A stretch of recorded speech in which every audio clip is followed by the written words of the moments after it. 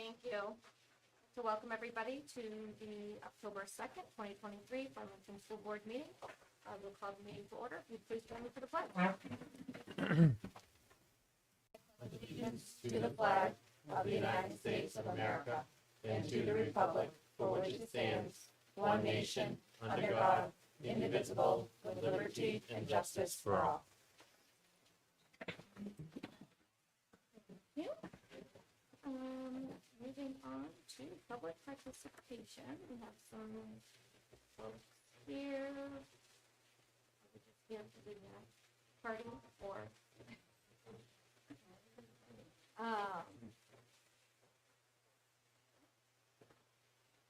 Thank you.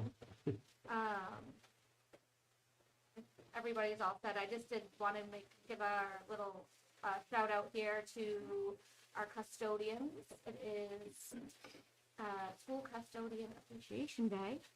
So I just wanted to thank our custodial staff for the wonderful job they do throughout the district. And October is also National Principals Month. So we got a whole month to shout out your principals in each of our buildings. So just wanted to call those two things out. If we're all set, we can move on to minutes. And I will entertain a motion to approve minutes of September 18th. Make a motion to approve September 18th public session, non-public session 1, 2, and 3. Second. Any discussion? All those in favor? Aye. Aye. Thank you. Reports. Curriculum up first. Good evening, everyone. My report is in your folder for you, and it looks a little different only because I had several different just things, bullet points that I wanted to bring to your attention rather than writing a narrative, because some of them are informational. To begin with, I did want to go back to the summer ESY program, and I wanted to give a special thanks to Ms. Judith Dunbar, who's our job coach here at the high school. I neglected to do that this summer, and afterwards I was like, I missed that opportunity. But I also wanted to extend a special thanks to Vanessa Onesimo. She's the outreach coordinator for the New Hampshire Department of Social Development, and she helped to coordinate the program with the CVS in Rochester. So working with our community partners, it's something that I also wanted to acknowledge and to thank them for their efforts on the behalf of our students. To begin with, I wanted to mention that we have had our Renaissance beginning of the year STAR assessments, and I do have in your board folder a report that is titled 2324 BOY STAR, and I'd like to draw your attention to that. I also have paper copies if anyone would prefer that. I'm good electronic. No, I should be good. Thank you. Okay, it's going to look something like this. Got it. So at the regional meeting that I attended for curriculum directors in September, there was a discussion about benchmark assessments, and an idea that I hadn't maybe heard before or became aware of was the concept of looking at from one year to the next, not for our state assessments, the SAS assessments, but also doing it from our beginning of the year assessments. So what I've provided for you is for both reading, which is on the top two lines, and the math on the bottom two rows, I should say, is our beginning of the year data from last year and the beginning of the year STAR data for this year. I do want to mention the high school is going to be doing their assessments this Wednesday and Thursday, so that data is not in there. And also for reading, for our kindergartners, in both math and reading, they're not assessed at the beginning of the year, so that would be blank. But also for our English language ELA classes, students in first grade and second grade typically are moved into what's called an early literacy. It's a step down, so the reporting of their data can be misleading. So for example, if I said 100% of our first graders are proficient, it represents 2 students. So not to have it misleading, I did not include those, although when you get to second grade, although it's not the full cohort of students, it does represent a much larger percentage. In looking just at the top 2 rows for reading, I do want to point out there were several instances where we can see that the students where they started last year for their benchmark at the beginning of the year to this year, their benchmark, they've shown increases, they've shown improvement. So for example, from our grade 3 students last year, when they tested this year in 4th grade, there was a 9% increase. I'll let you take a moment and just look at those differences between last year's percent in English language arts and this year's percent.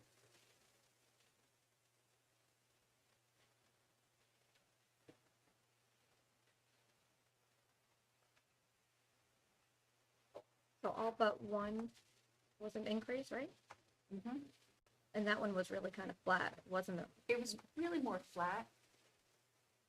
But what is wonderful is for 6th grade to 7th grade this year, there was a double-digit increase, and same thing for 7th grade to 8th grade this year, double-digit increase. That's got to be statistically significant, even if I don't run it through a statistical model. If you then look at the bottom 2 rows, you can also see the change from last year to this year.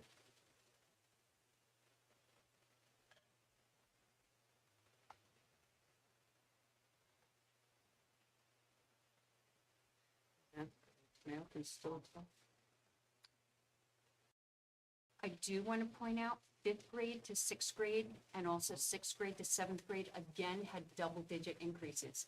That's something to be celebrated. What's equally remarkable, although you would consider it as being stable, is if you look at last year's 1st grade to this year's 2nd grade, out of everything on this sheet, that is still the cohort with the highest proficiency rate. And sometimes when you start with a high proficiency rate, having a change, you're hitting the ceiling a little bit, but they maintain that. That's wonderful. So they are again to be celebrated for the work that they did. Is that the group that used the new math program last year?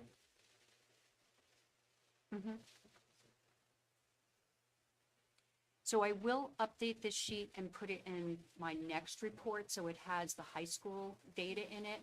But it won't need that as extensive discussion at that time.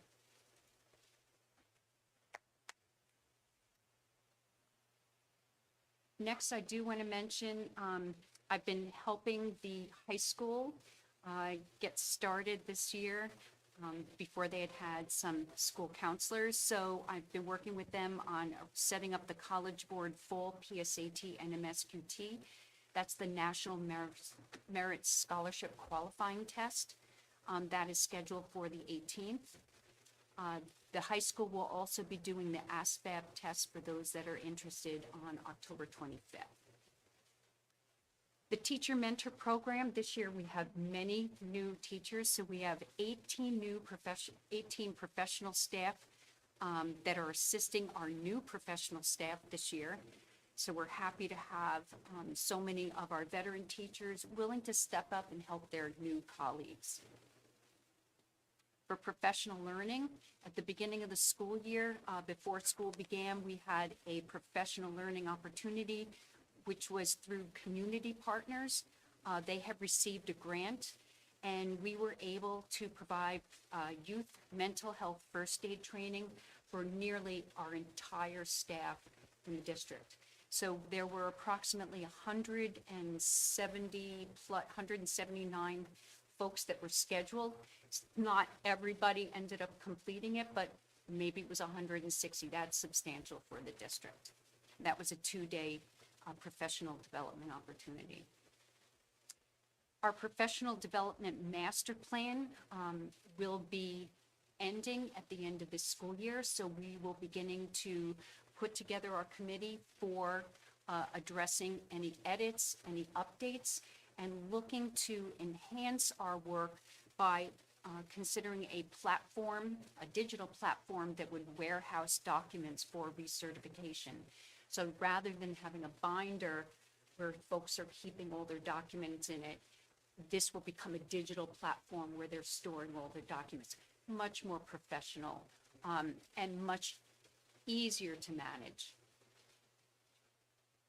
Kathleen, excuse me. Sure. While you're on that, who from this board is on that committee?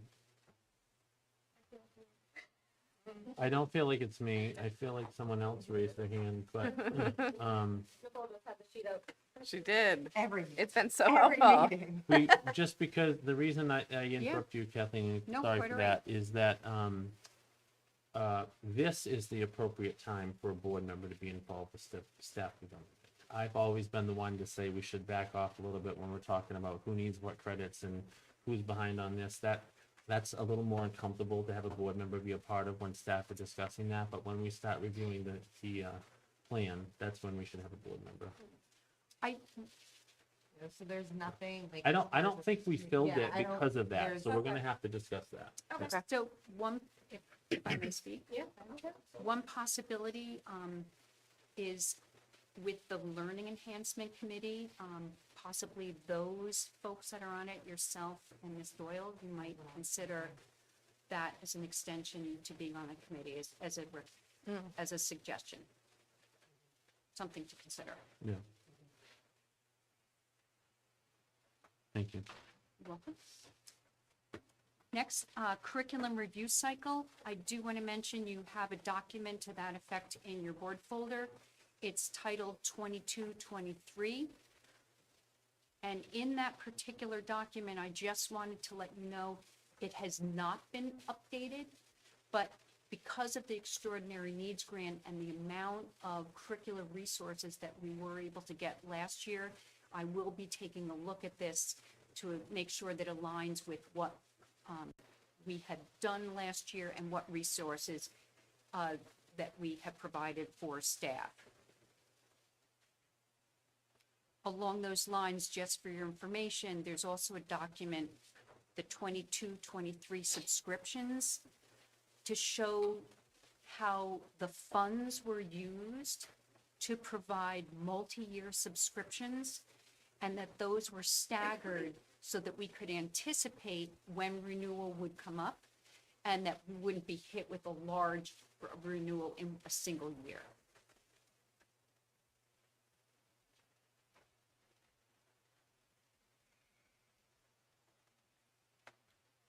And finally, in my board report is technology integration.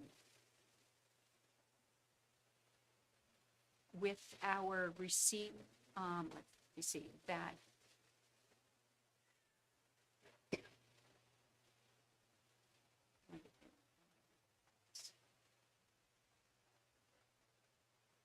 I don't see it in here, so I apologize. I will mention, we took receipt of, I think it was 54 interactive boards. So we put together a plan for distribution of those boards. I've spoke to all the principals. We first identified spaces that are instructional spaces and do not have an interactive board. Then we would identify spaces that have boards that have been, let's say, working inconsistently. We also are looking to put boards into spaces that would serve to provide communication to the community. So for example, if you think about the lobby in Valley View High School, at Valley View Community School, having a board in the lobby area to greet staff in the morning and provide them maybe for updates, or family and community members as they enter the building would be something that we could access. We haven't done a full inventory of every single room within the buildings in the 3 schools, but that would be undertaken to then more narrow down which spaces should receive those boards first, kind of like a triage process. I'd like to commend Kathleen for taking that on, given the fact that the district lacks a tech plan at this time. And we knew that delivery was coming. We also knew we didn't have a plan for distribution. So, thank you. Do you have any questions for me? Good. Thank I'd be you. happy, just to follow up, I'd be happy to be a part of that. I know you have a lot on your plate too, and you've been Yep. through a lot, so I'm happy to be a part of that for the master plan, Kathleen. So if you just want to send along that information to me. Okay. Excellent. Thank you. Thank Yep. you. Appreciate it. Student services. Okay. So I'm really interested in the board's opinion of what you would like to see in the future for me. And I put together some things based on what has been presented to me in the past. I would like to start by acknowledging. Oh, sorry. Thank you. Oh, thanks. It's so that folks at home can hear. you. Right, right. I would like to start by acknowledging all of the faculty and especially the special education staff that have picked up and are meeting the needs of kids to the best of their ability, given the circumstances that I'll describe in a moment to you. They're extremely hardworking. They're really dedicated, and they're really trying to make sure that we are addressing all of the kids' needs. And I really appreciate that. So I just want to shout out to everybody. So I started the report with some statistics. I think in the past you'd like to see that, the number of students that are identified by school. And we are starting to work our way through that for students with 504 plans and under McKinney-Vento as well, but I did give you some totals at the bottom of the chart. And then I wanted to include a column to describe where we are in terms of filling positions. And we're getting there. Each of the schools is down at least one special education teacher. Right now, Farmington High School is down 2, but we do have 2 coming shortly on October 16th. So for us, that's going to mean that we are going to have to make up some services for kids, and that is the plan when the 2 new faculty start. So I wanted to make sure that the board was aware of that.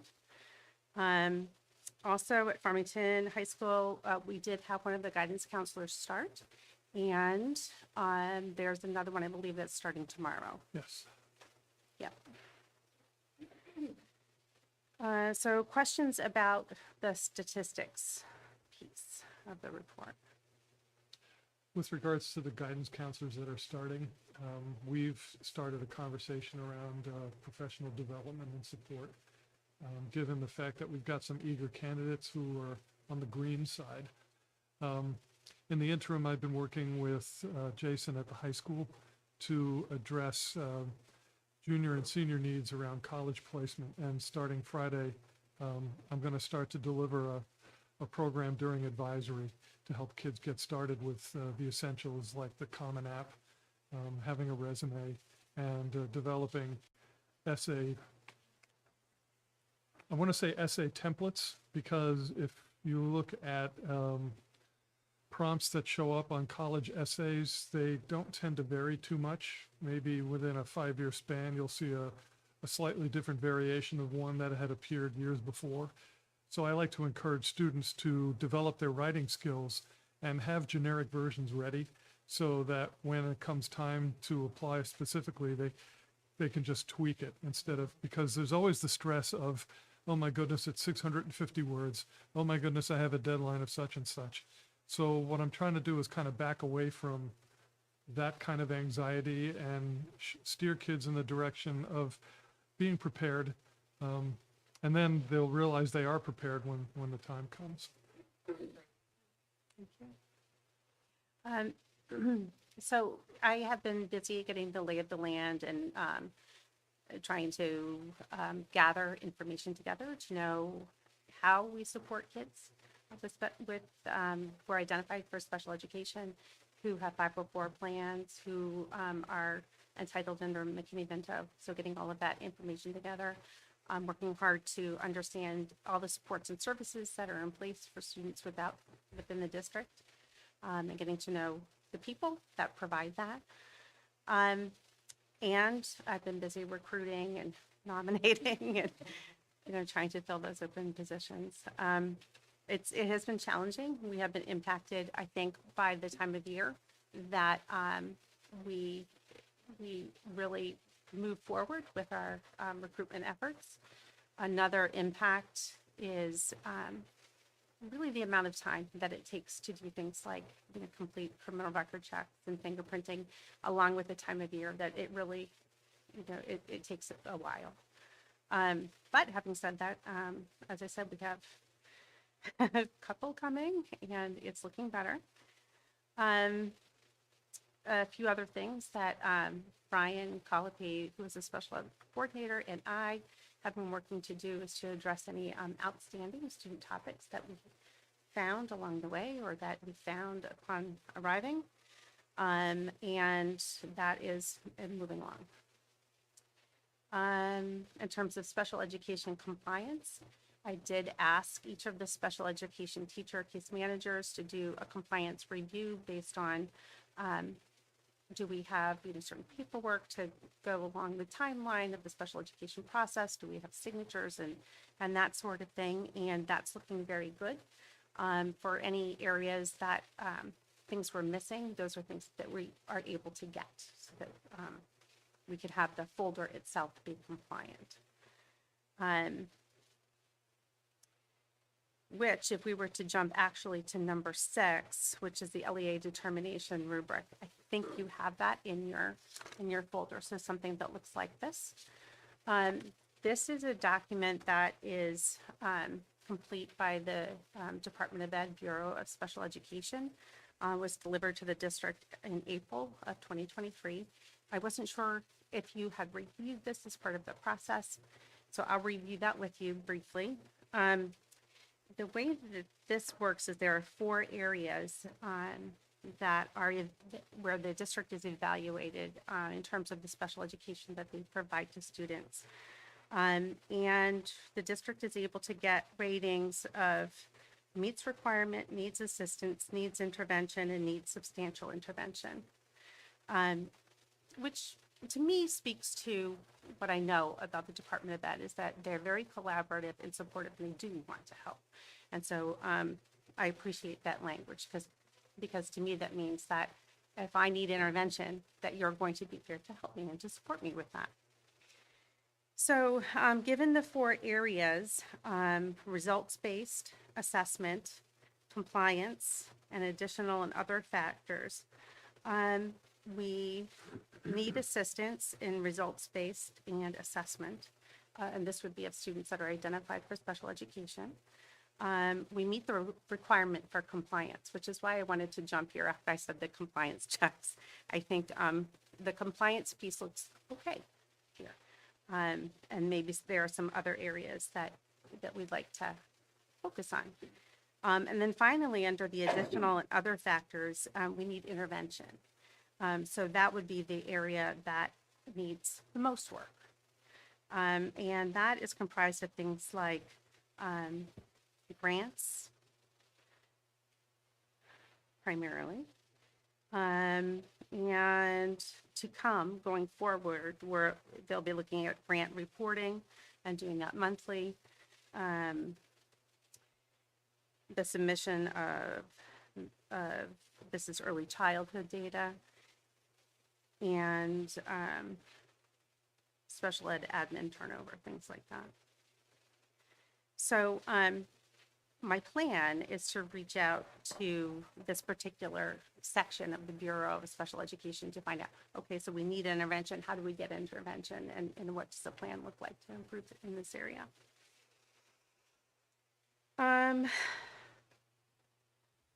So I also have been working very closely with our business administrator consultant on the grants, on the 2021, 21, 22, no, 21, 22, 22, 23, and then 23, 24 grants to make sure that those are what, what we're looking to do, and that he has all the information he needs for that, and that we're understanding the budget lines in the general budget and the grant budget lines that go with those grants.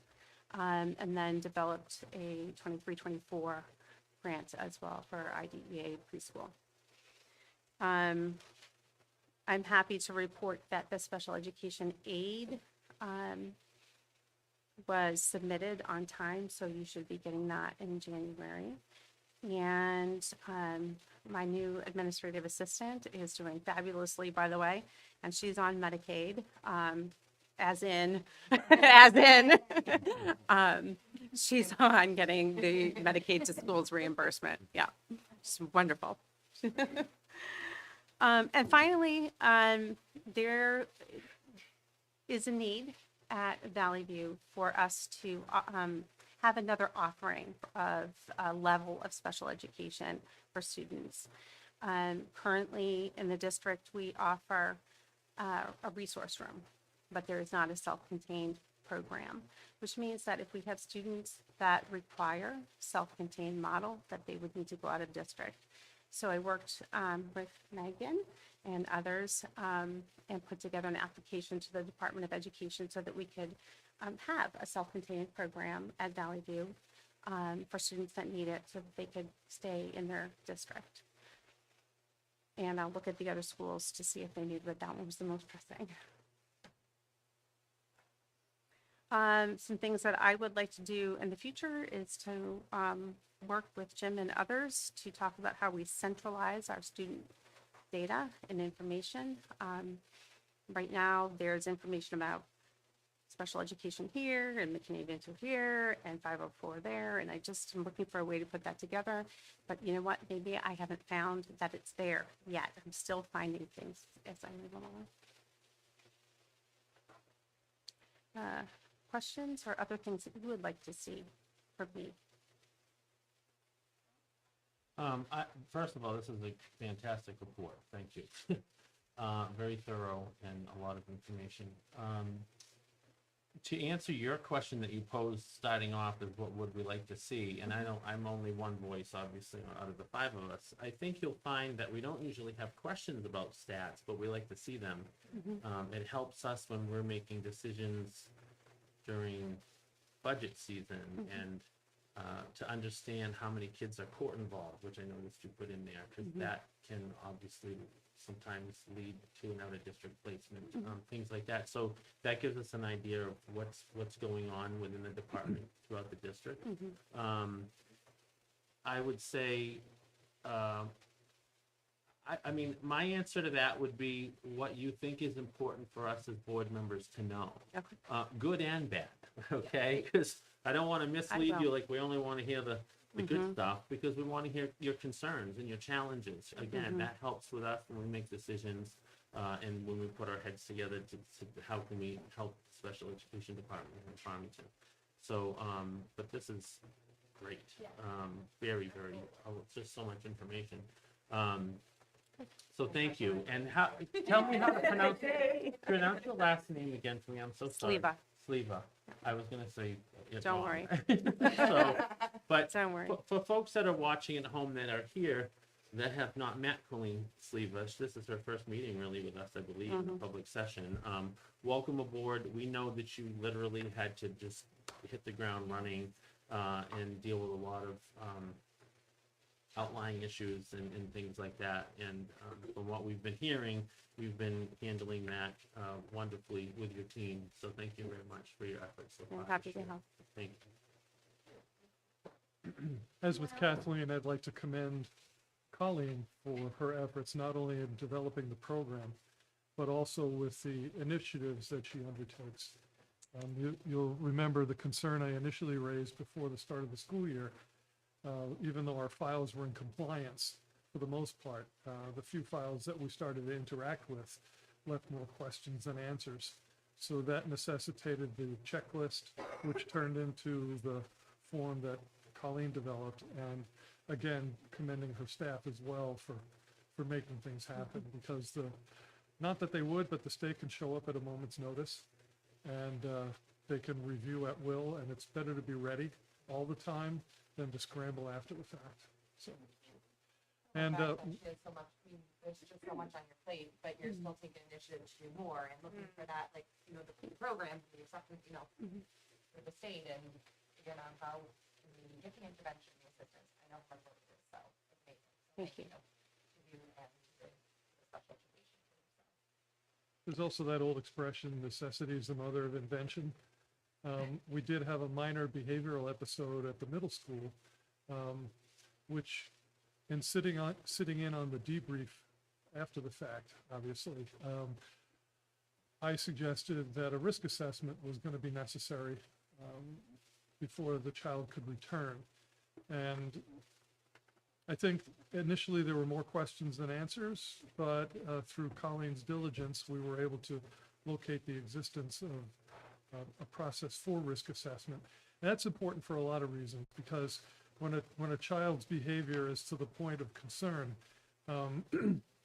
we want to do best for all parties involved, the student, the family, the teacher, the classroom, and so on.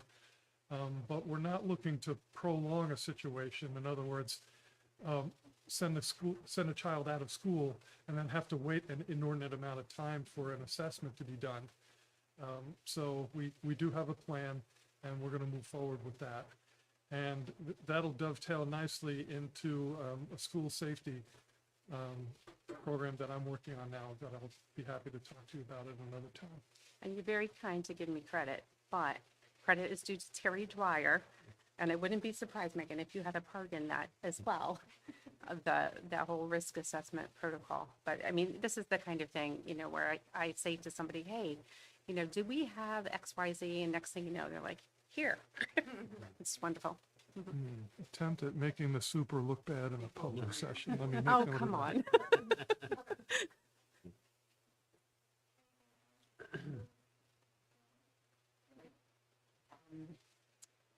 I just had a thought about the interactive boards. You mentioned putting them in the lobbies. I would encourage you to see if that fits the ESSER guidelines, because those were purchased as educational classroom tools as opposed to lobby tools. So, I mean, if you can find that sub-note somewhere that says that's okay, fine. If not, I just don't want to jump out having people get used to them and then find out that was not their original. We need to remain inside ESSER. Point well taken. I would definitely say at the high school level, there's information up about what's happening. It helps the students to schedule their day, even if it just reminds them it's an A day or a B day. So if you think about helping them from an executive functioning standpoint, I could definitely see that here. Same thing for Henry Wilson, and you're right, I can explore that for Valley View.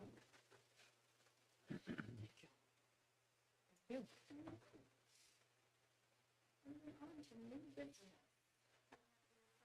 Right here.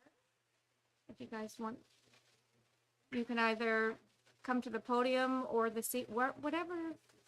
Okay.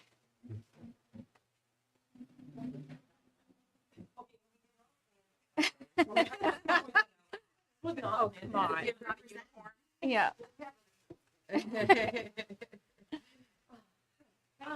So we wanted to come before you guys.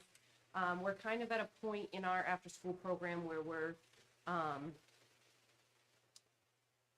I guess we're kind of outgrowing our ability to get the kids safely from point A to point B in those winter months. We generally walk the kids, any days that's nice out, we walk the kids, which we will continue to do because I think it's in their best interest as well. The fresh air, the exercise, all that stuff. We run into the issue when we come into the winter months, when it's cold, when it's icy. We only have a small 13 passenger van that is available to us. So right now we have 20 kids at Valley View. We obviously can't fit them all in the van. We have to make multiple trips. If one of us is out for any reason, a conference or whatnot, it really hinders our ability to get those kids from point A to point B. because we have to have a staff person to stay at the school, a staff person to be at the rec with the kids we drop off, and a staff person to drive. Yeah, we're the ones that drive the van. We have staff, obviously for the program, to run the program. The problem is hiring somebody, an adult, from like 2 to 4. I mean, there's not many people who are like, yes, I want to work just 2 to 4. So it's not really, it's a position that we can fill very easily to have that third adult person. We do have teen staff, but again, we can't leave a teen staff in the building with children and no other staff. That's not really okay. So really what we are asking for is busing from Valley View. I know that there are some, we're down bus drivers. I know some are being hired and that kind of stuff. So obviously it would be once the school is in a position to help us with that. The students obviously come first in those direct needs from the school. And all we're looking for, like we said, are those winter months, that kind of, November through March, when they have all of their snow stuff, they have extra bags, they have extra stuff. They're some of them are 5 and 6 years old. That's a long walk without being able to stop and play and in those cold months. So I guess we're just kind of looking for a solution to that, and we thought bringing it before the board would be a good place to start. So you said there are 20 students currently? 20 at Valley View. That would be the most in a day. There are some part-time, so some days it's less and some days, but yeah, about 20 kids would be the most from Valley View. Henry Wilson, we still don't, one of us can take the van and go grab those. It's only one trip. And at that point we would have Kim Poulin, who works at Valley View, would already be at the rec, so there wouldn't be that staffing gap there. Okay. So it's really just the Valley View kids for those winter months that we were hoping to kind of come to a solution with, I guess. I would just, not to put you off, but the topic really should be put off for a little while. Okay. Number one, we're not there yet, right? Mhm. And number two, we're not doing that. Right, So right. we, as you pointed out, and Right. so we have some people that we've hired that are still in the process of background checks. Yep. One gentleman's CDL license, things like that. I think November is a good time to revisit it. Yep. And we would ask Gil, our transportation coordinator, to meet with us so that we can logistically map Yep. out, any even potential discussion about this Right. tonight is just Oh, a well, waste of your time and ours, because we're not there yet to understand what things look like for us logistically. right. And for us, we weren't looking for an answer tonight. We just Yeah. kind of wanted to start the conversation, see if you Yeah. had questions, so I could go back and get answers to any questions that you had Right. to just start the discussion. Right. So, yeah, I mean, absolutely. Because Like I said, yeah. if we were looking, I mean, I'd venture to say, and Gil can slap me if I'm wrong, he's in the back. If we were to look at that right now, it's not even a possibility, Right. right? Yep. So let's talk about it when it is, because Okay. we are gonna get some staffing things ironed out in the next month, Okay. so. Would you, Nice to is have that on our okay with the radar, board? though, Yeah. like, Right, and like I said, Yeah, if you no, I guys think- have any thank questions, you. you could shoot them Yep. at me in the next month or so, or like what. Instead like, of so coming it's to just- us and being like, we And I'm did this glad you came to yesterday. us now, Yeah. instead of in December when it starts Right, snowing. yeah, we just wanted to start the conversation No, and see, we appreciate that. Absolutely. And what do you information have- you needed, and Do you have Gil's contact info? I don't believe that I do. No. Okay, I can send it to you. But I mean, Um, I'll say as a board member, I'm very open to it as long as Gil says, yes, logistically, we can make this work. You have one I agree. question? Yep. Are you talking, let's say we go November 15th to April 15th, are you talking every school day or on an as-needed? I think in my mind, when looking at it, not only as rec, but also staffing and also a parent, it would be easier because there would be no confusion as to like, I wouldn't have to call him and say, yes, Yeah. this is the day we would need it, call the schools, call the, like, so I think for consistency, just so all of those kids know from, and their teachers, from this day to this day, you were on the bus. I think, like I said, with some of the little ones, it can get kind of, like, we don't want to forget kids. Or My have kids not follow-up- know where they're supposed to go, or, My follow-up question to that would be if that puts our staff into overtime, is that reimbursable from somewhere? Because I'm feeling like we're crossing two departments. So the rec is a town department. If the school is paying overtime to get kids there, I think that it may not be an issue. I don't know. Yeah, But I don't, at the end of it, I don't want to find out that we're paying, 20 hours a week in overtime that was not in the transportation budget line. We have to be careful that I we're. think if we ironed it out logistically so that it was part of a regular run, it wouldn't affect overtime. Right, Okay. that's what I'm thinking too. Okay. But those I are the guess that's things. how I envisioned it. Yeah. That's why I feel like all those things that we would have to Right. like start thinking Iron about and figure out before. Yep. That plan's executed. Okay. You got all that, Gil? Videotaping. Oh, Thank you for bringing it to Yeah, our but attention, yeah. yeah. Yeah, and like I said, over the next little bit, like if you guys have questions, if anything comes up, I mean, obviously, reach out to us so we can have the information for you when we're ready to come absolutely. back and do that. So Sure. just kind of wanted to Good deal. put it out there ahead of time. Thank you. No, we appreciate it because, as you know, we're all going into budget season, so Absolutely. tis the season. Mhm. Anything else? Thank you. We're good. Thanks. Thank you, Thank guys. you. Thank you, girls, Have a so great much. night. You too.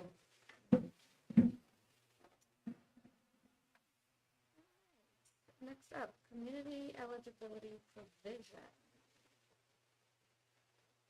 Is that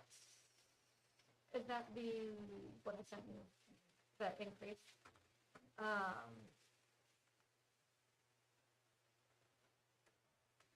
We got, was that last week? The time flies when you're having fun. The state has increased, or decreased Decrease the percentage. the percentage to qualify for free and reduced. I'm trying to find the article. You have an email of September 27th. The announced rule change will drop identified student percentage for participating from 40% to 25%. This is the percentage of the student population that qualifies for free meals by means other than income. With this change, your district may now qualify for participation in CEP when the rule takes effect on October 26th. While it comes with great benefits, it does come with obstacles. School districts with lower ISP, quite often the federal reimbursement is not enough to cover the cost of the program, leads to larger local subsidies for your food service program. The FPC has worked with many school districts to evaluate participation. We generally found that school districts with greater than 50% ISP are able to run the program at a break-even or better return. Districts with 40 to 49% tend to incur a local subsidy. The rule change does not change the federal reimbursement structure for the program.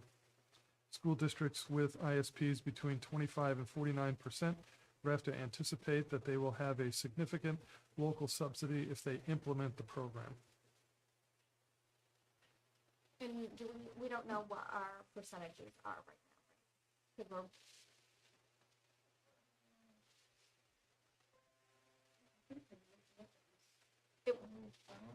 It was within the new Something like that, guidelines. yeah.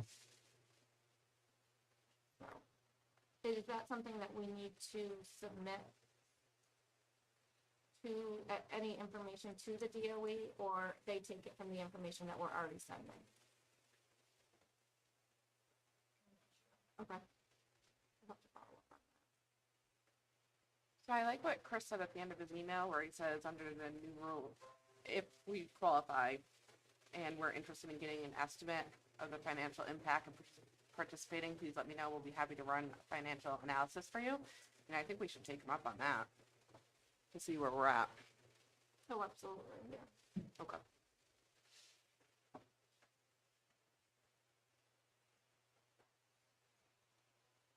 Oh, Chris, yeah. Yep, we can do that.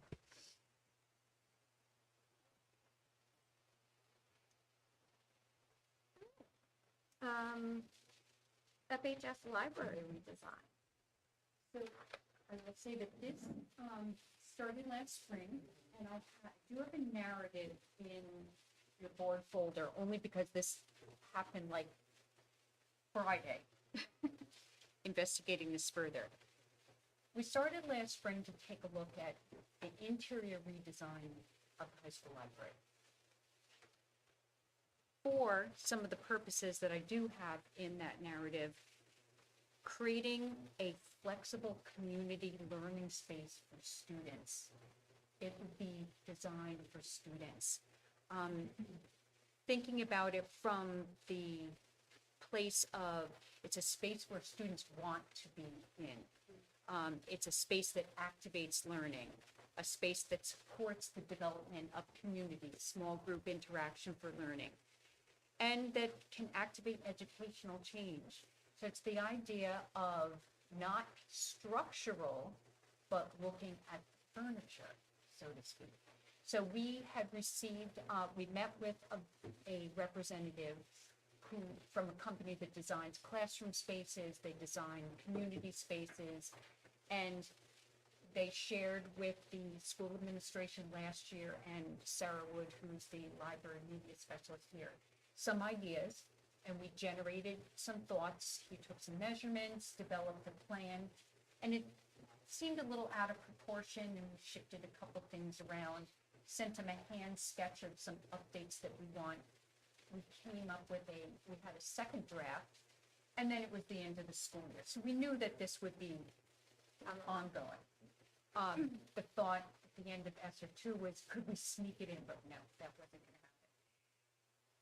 So there is some information here, but it's the idea of creating a more vibrant, not dynamic as in overwhelming, just a library that has some more community learning spaces within it that even could be used for instruction, for example, in terms of teaching students to do more planning of projects and research using the digital resources or the collection that we have. So I just wanted to mention this.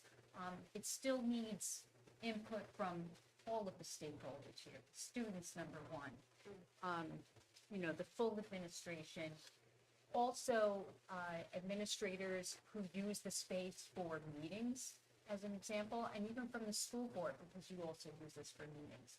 So just wanted to let you know in advance, we're going to be taking a look at this to take the design that we currently have and get input on some new ways to maybe different things that people would want. So I was able to speak with Jason Caro today and Sarah Wood, and they had some different ideas, and to put that together as a plan.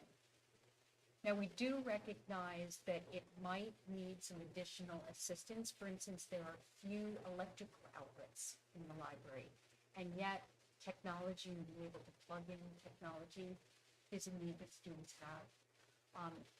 That might be something that would be more facilities, and we'd look at what that feasibility is or for the future.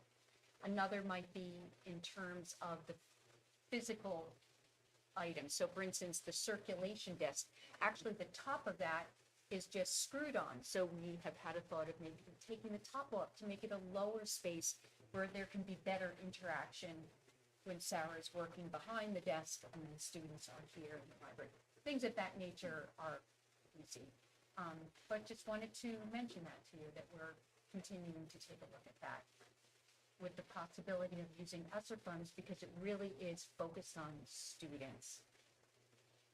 Do you have a timeline that you would be looking at to purchase items, have this done, anything like? From what I understand, if it's under ESSER 3, that would end next September. So having a plan developed, say in the first semester, so that we are then in the process of purchasing and taking delivery on furniture, resources, and so forth in the second semester, it would be, invoiced, paid for in-house well before the ESSER 3 would run out. Another idea might be to see if we can take delivery of some of the items to do on a trial basis and see and get our input from students about the comfort, for example, some of the different designs.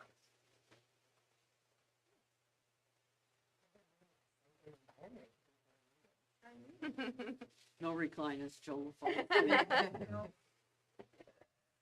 Put some round circular spaces where they can, everything is movable. That's one of the perfect features of this. So it can be moved for a board meeting to make it accessible and appropriate for that, or moved into small, more group learning spaces for collaboration.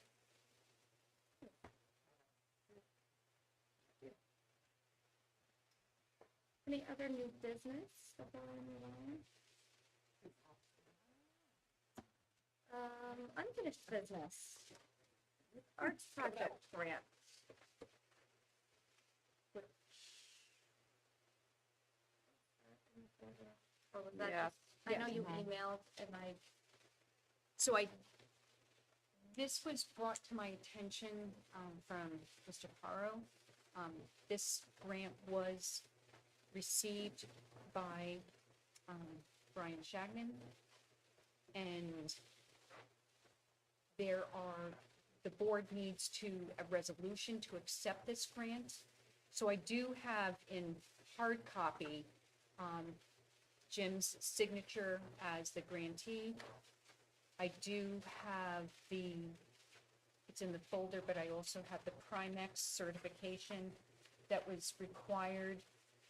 But we do have, it is on the last page of the grant, a need for a board approval of this grant. What's the total again, Kathleen? 20, $2,400. make a motion to accept the grant funding of $2,400 for Youth Arts Project here at Farmington High School. any discussion? All those in favor? Aye. Do we need, Yeah, it has and I to be do my wanna pass signature? this on for signature. I'll also make a motion to authorize the chair to sign that, receiving of that grant on behalf of the board. Any discussion? All those in favor? Aye. Aye. Thank you. And the students will thank you. That's also the student media project.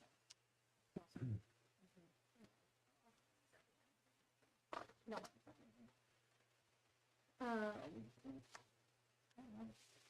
What the school clerk made, unless I'm not What do you understanding. Municipality certification of authority, I blank.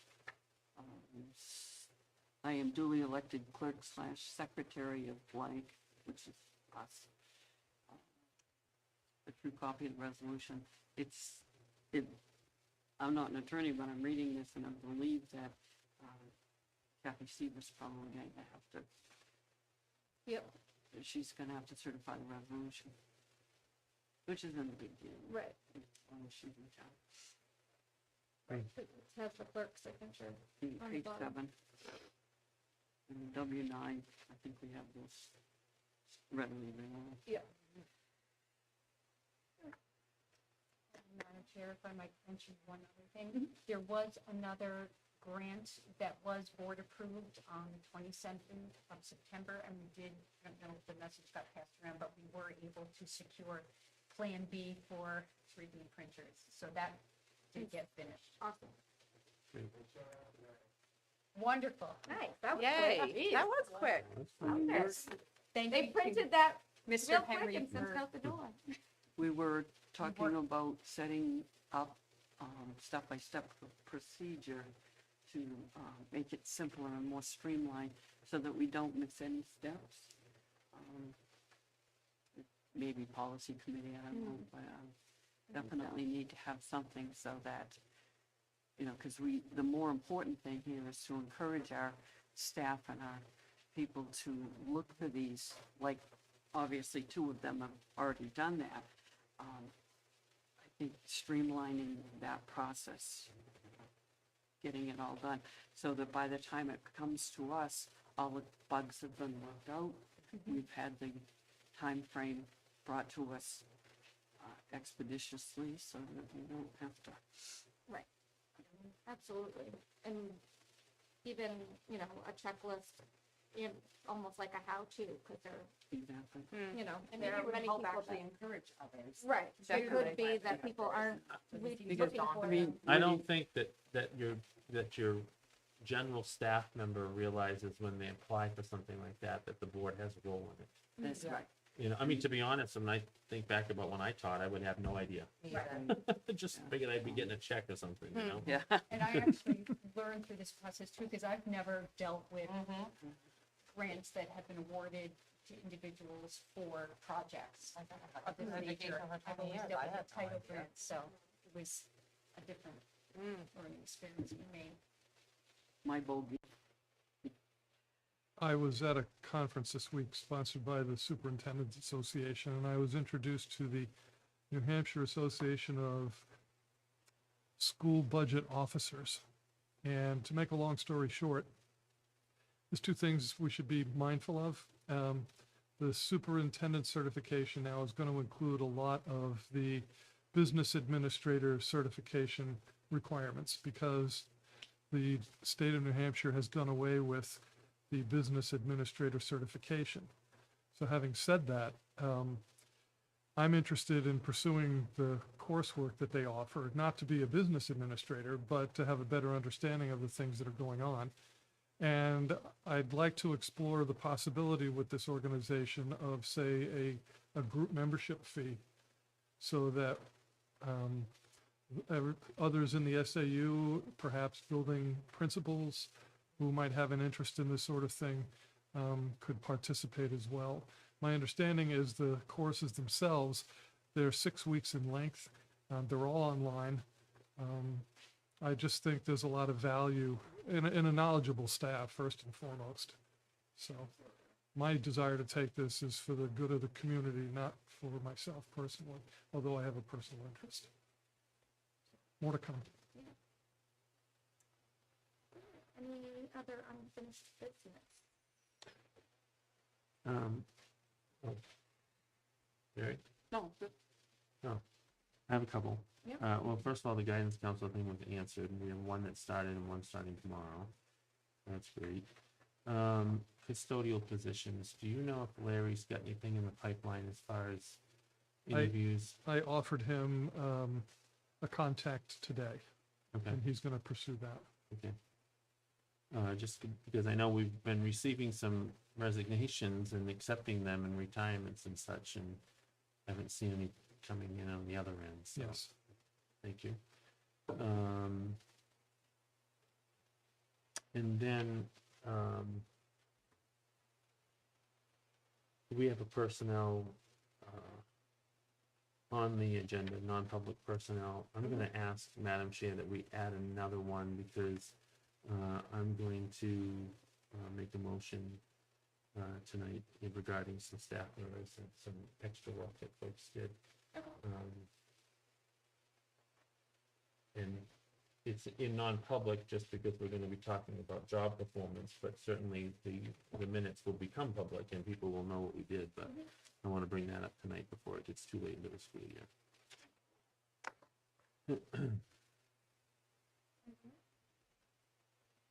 Mary, did you have something? I knew you wouldn't disappoint. Yeah. On the subject of grants, just for a moment, at that same conference, I was introduced to 3 grant funding sources with regards to school safety. And given the report that was presented to us by the chief a way back, I'm getting with MAC to see, because these grant windows are going to be opening soon. And the way it was explained at the conference is they're going to be addressed on a first-come, first-served basis. So if there's any opportunity to support the funding of the safety needs that we have, I'm going to try to get in on that as quickly as we can. More to come. What you got, Mary? Well, first I need to say that I'm not 1,000%, not even 100% up to speed on ESSER, the ins and outs of ESSER and timeframes, things of that nature. According to the most recent documents that were given to the board, unless the superintendent at the time did some additions, editing to the original budget that was sent in for ESER three. What we're showing, the budget that I can lay my hands on, does not have a line item for the SRO program, for mainstay, which is our IT, and for the data manager position. If you look at the budget that was presented to spend the 1.1 million out of ESER three, that's all we're allowed to spend in the budget that we're in right now. Those line items do not exist. They may have been added, and I don't know about it. The only way we're going to be able to tell is to get an updated, detailed, current budget of line items. The actual budget itself, we'll have to get a copy of that. Because if they are not there, for example, the SRO program is funded through ESER two. ESER two retired last Saturday. If they're not, if the SRO program is not part of the $1.1 million appropriation, then we're under contract with them. So obviously the intention was to do it out of one of the ESER accounts. If that is not doable, that's gonna be coming out of our budget. According to the detail in the portal today, we were allocated 3.8 million and some change. Out of that allocation, we budgeted 2.3, and at that point, 1.8 was approved. So the previous board actually wanted to raise and appropriate the entire $3.8 million allocation. That didn't fly. So what happened was we allocated 1.1 million out of the 3.8, and that's all we can spend this year. So I kind of we need to verify what's showing in the budget at the state to see if those three items are there or not. If they're not, they need to be entered into the portal tomorrow. That's Tuesday, October 3rd. Otherwise, there's no appropriation for these three positions. The third one is data manager, which I guess we're without right now. Right. Anyway, And those still can be added to the they board? can be added. Yeah. As long as we stay, depending, again, we'd have to look at the budget that was presented. We'd have to add in any changes that were made after the last time the board saw it, which I believe was only one time. Perhaps you went in and said, okay, I'm gonna stick the SRO, I'm gonna stick mainstay in there. If she didn't, they can be done now. And that's where I'm going with that is, the narratives under which those three positions, programs, the narratives where we got them approved before are probably available, and my guess, all we'd have to do was pull them back and update, say from 22-23 to 23-24. Keeping in mind that the SRO contract runs November to November, the ESER 3 expires September of 24. So there may be some additional MOU sidebars, things like that have to be done in order to do that. But again, I can't stress strongly enough that we have contracts for two of these three, at the very least. And they would be,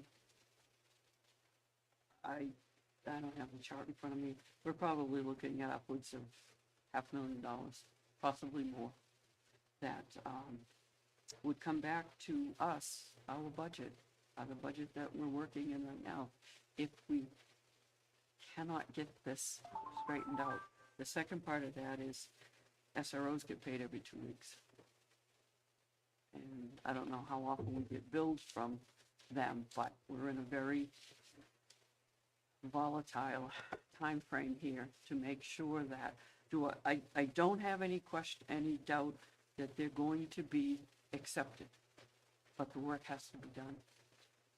And it's, like I said, if we can find out if they were added, if they weren't, if we can pull the original narratives, if we can get those updated, entered into the portal, and approved ASAP, I think we're going to be good on those. So there are some steps. There are some steps that we have to, some questions that we need answered before we know exactly where. All of this being whatever has already been approved from her budget that was presented, we have to make sure that we don't exceed the 1.1 million in appropriations that she put forward. You remember that there was some discussions about, let's just appropriate the entire 3.8 million. Then it wouldn't be unanticipated revenue. Anything above and beyond that is gonna be an issue. So we did get approval from the DOE, the last I knew. you know, We that did they not. met to No, extend it. No, we did not. The, But you're saying we can, so, Well, for Well, this is ESER three. the three. We didn't. We had weren't- originally, at our last couple of three meetings, we had worked to spend ESER two down to 0. right, That's where we were going to approve yeah. the tactical, the Yeah. taster, and the SRO. Through the correspondence that came to us after the fact, the last date to do that, to amend ESER two, was the 15th. And we were discussing this the last week in September. So they cannot be spent out of two. Two is done. We can go back into two and verify what's What's been done been and what hasn't been. But there are some very time-sensitive. Right, I was just going back, okay, sorry. I know we're talking about two different things, but after two and after three. I just was following up the email that Matt had sent. I just didn't know if, because the last email I got was just saying, can we, like, extend, can we reach out to the DOE, given everything that district has been through? And he did. And she responded to that. Yeah. I don't know. Maybe it did, okay, that's fine. Yeah. Okay. I can- We don't need to Basically, you- take time right now, that's Yeah, fine. basically, to summarize Ellen's response to us, no, for different reasons. The SRO program could not have been originally accepted in two because it has to be, the monies have to be tied into the year that we're in now. So, does that make sense? You can't, I don't know how to explain it. It has to be an active, ongoing contract Right. in order to spend from three. So that you can't like really go backwards. As far as mainstay goes, I honestly don't know what their contract deadlines are, but we have contracts with them. So, and there again, the money that we can send to mainstay for our IT work stopped at two, at the end of two, last Saturday. And if they are not scheduled to continue from October 1st through September 2024, we can't pay them either. We can get them in But I unless, think when we entered into the contract with Mainstay, it was a 3-year contract that we prepaid. I want to say. okay, I would have to go back and double Mm-hmm. check, but I kind of but, vaguely remember that.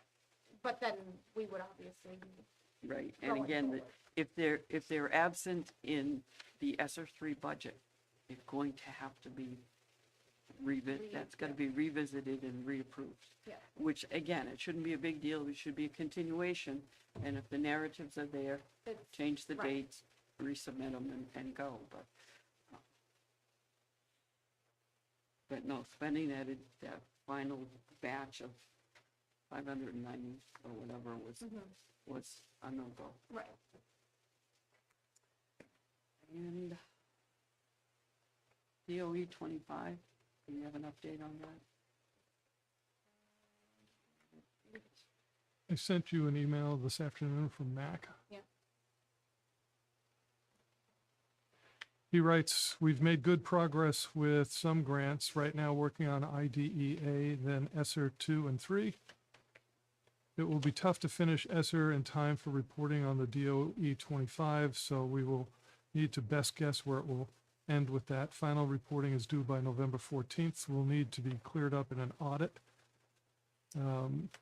He writes, "It's my understanding that Pam was given access and has done work from fiscal 22 to 23, finding and applying various journal entries to assist in closing out fiscal year '23.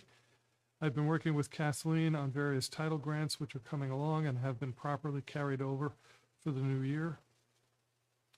We need to get budget templates out to our staff. Well, this is future planning for the coming school year. Working with Jim has been great so far. He helped to secure an extension to submit DOE 25.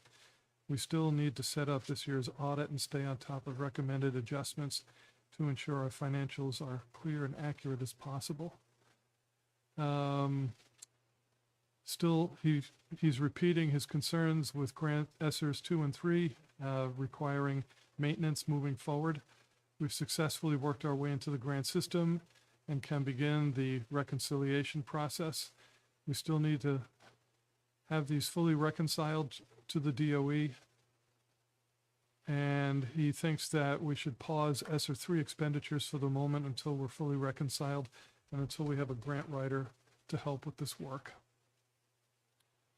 He concludes with grants being caught up on Title 1, 2, and 4, which are looking better. New grant lines started for newly approved titles as well, so spending can properly commence on newer grants. And there's some abbreviated items here that I won't read out loud since I'm not sure what they mean. But that's as of today. He also, at 4:30, was, I guess, just made aware that we're meeting tonight. Wanted to know when the next one was, so I have told him that the board is meeting weekly on Monday through the end of the budget cycle. Is he able to make Monday? Well, Monday's Well, a Monday's a holiday, so we holiday. don't- We're gonna have to, We want to move it. we didn't have anything on the agenda for next, on the calendar for next week.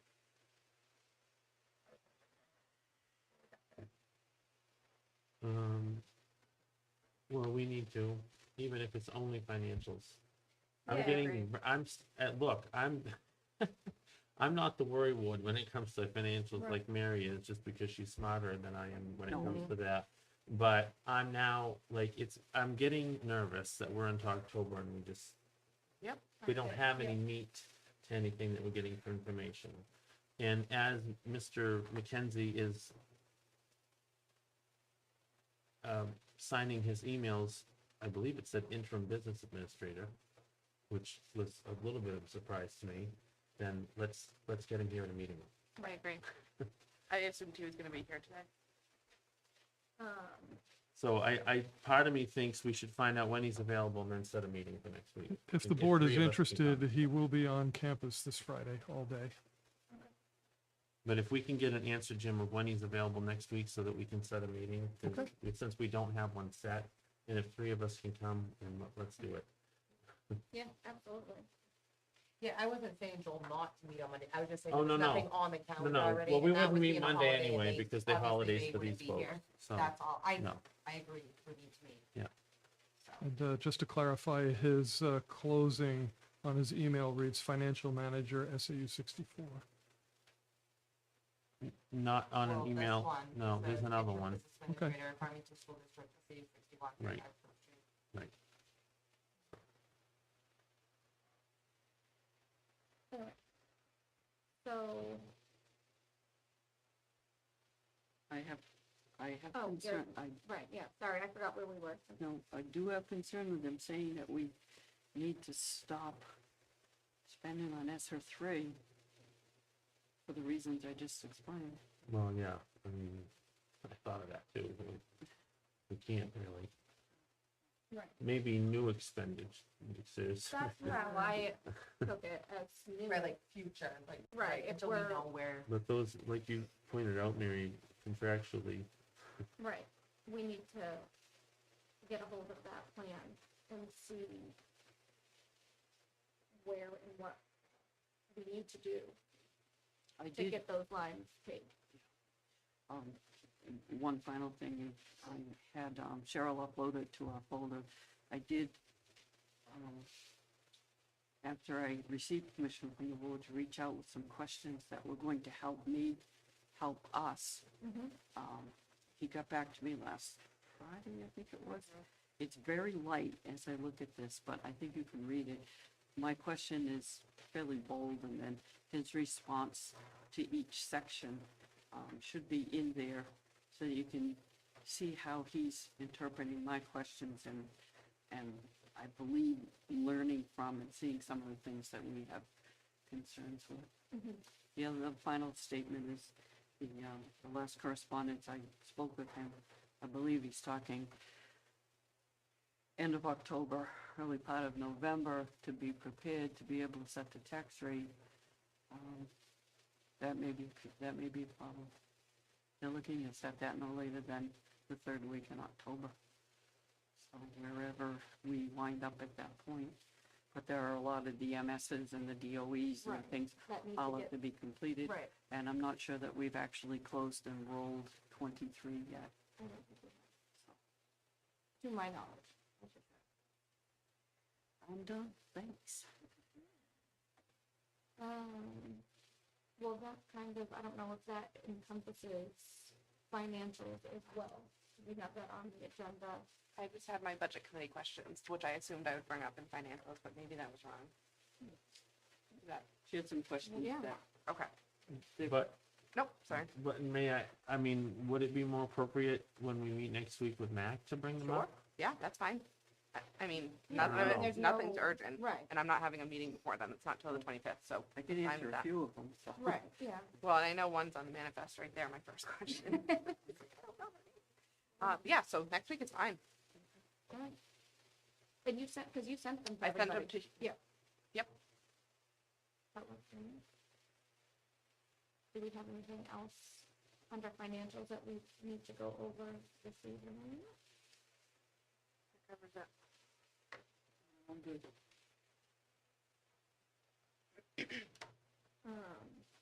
Oh, this, well. Oh, Stacy, you- financial, but Snow, the plowing bid. Is that, I saw it was uploaded to the folder. Do we just, we didn't put that out yet, right? Or did we? Okay. I don't know if anybody got a chance to look at it. It was a late ad, so I saw. I think that's, we just need to ask Larry to move on. Yep. Yeah, he knows the contact, he Right. knows who they always go Yeah. out to. If he needs any help preparing the RFP, then, but, I mean, there's one right in there. Right. Right, And Update the Larry, dates. yeah, that's the thing, is pretty much get it out there, put maybe maybe 10-day, 2-week out. yeah. I'm trying to look at what we put up the last.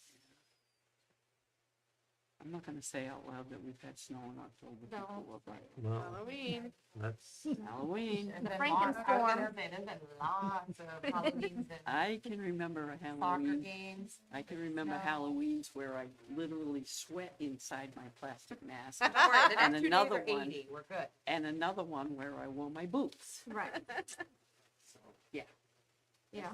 I mean, if we We're want to gonna have wiggle. Larry put that out yeah. with a 2-week window. I that- mean, yeah. Because I'm gonna bet we're gonna get the same response I as would- we always do, Yeah. but, knowing personally from my business where salt prices Are went, going- they're yeah. probably gonna have to take another look at it. So if we can just stick that on for the next time or whatever.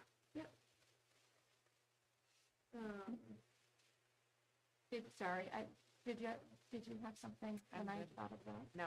Okay. Oh, yeah, you had sent an email to us about something that needs to be completed by October 10th, and there was a bunch of steps. That is for an SR audit. I just wanted to make sure Um, somebody was working on that, because obviously October 10th is right around Coming the up. corner.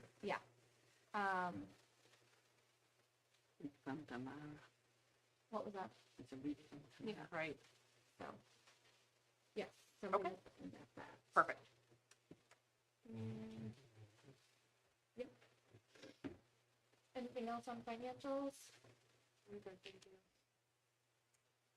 back to public participation. I'm just noticing that we do have October 9th as our next meeting on this agenda, but as we just said, that is Columbus Day. Do we want to meet, what does everybody feel if we met the 10th? can we just check Mac's availability? I put the email out to him tonight, so we should have an answer in the morning. I'm just thinking, what if he comes back and says, geez, the only night I'm available is the 11th, and we Yeah. can get 3 of us to come, Yeah. at least, Or, you know? So, next meeting to TBD. be determined. but next week. Right. Oh, sorry. Here we are, making plans for you and not even asking you. Okay. Okay.